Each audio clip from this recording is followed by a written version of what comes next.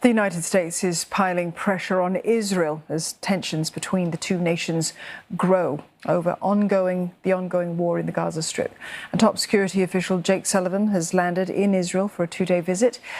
He'll hold talks with Prime Minister Benjamin Netanyahu as well as members of the Israeli war cabinet.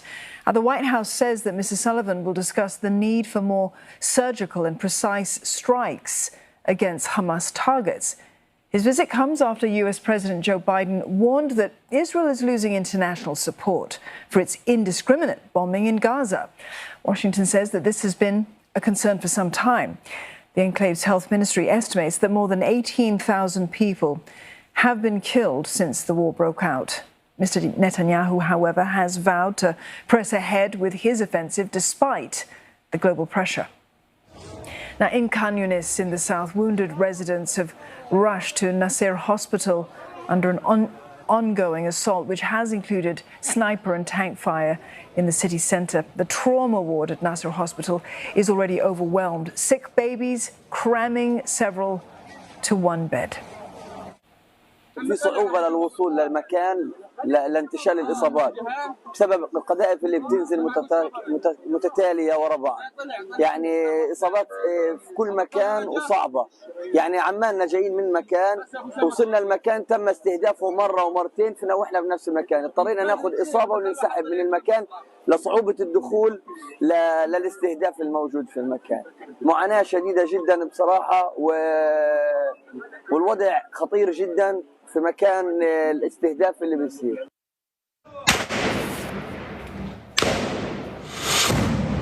Residents in the occupied West Bank city of Jenin have also expressed fear and frustration following Israeli raids, with at least 11 people killed since an operation began on Tuesday.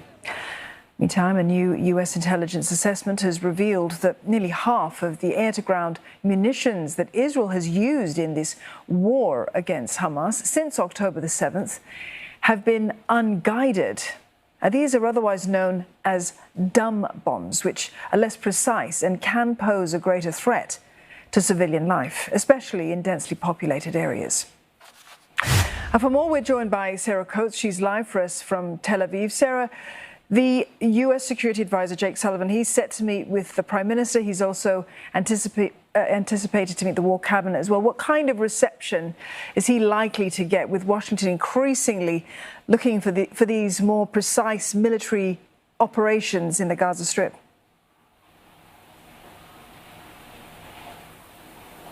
Hello there, Dawn. Well, he landed about 10 or 15 minutes ago and is now on his way to these meetings right here in Tel Aviv. It's yet to see how he'll be received, but he will be wanting to deliver on a number of key goals, and these are getting more aid into the Gaza Strip, reducing the number of civilian casualties.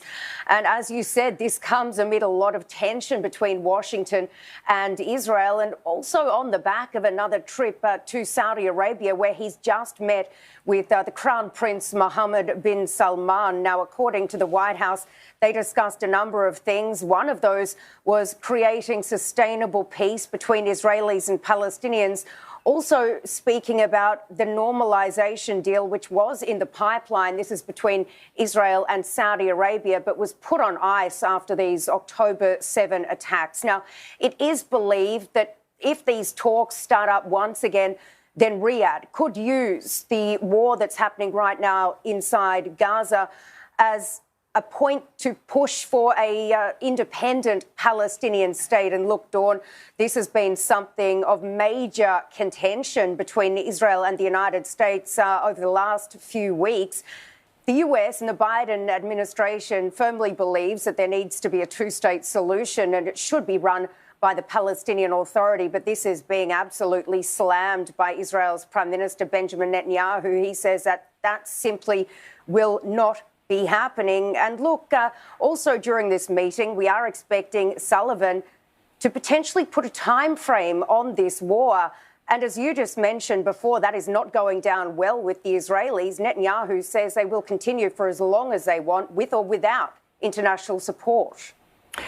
Several points of contention as this war drags on, Sarah. But in another development, Israel has cancelled the Mossad chief's planned trip to Qatar. That was meant to restart talks on a possible second hostage release deal. But why is that meeting being cancelled? What do we know about what's been happening with these negotiations?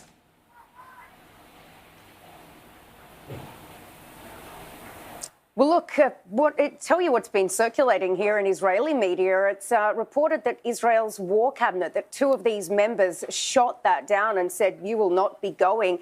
And this is causing a lot of anger here on the ground. The families of these people being held here in the Strip are demanding answers from the Netanyahu government, from that war cabinet, saying that time is ticking away and every moment could be a moment that they lose one of their loved ones. Now, Dawn, reports are also circulating, quoting Egyptian and also Palestinian sources as saying that unofficial talks are now underway for a new hostage deal mediated by Qatar and Egypt. But we do need to remember that Hamas has been saying that there simply will be no release of hostages. There will be no deal unless there's a ceasefire. Also saying earlier this week that none of these 136 or so hostages that do remain in the Strip will come out alive unless there's a complete prisoner swap, with Israel releasing more than 7,000 people being held in Israeli jails.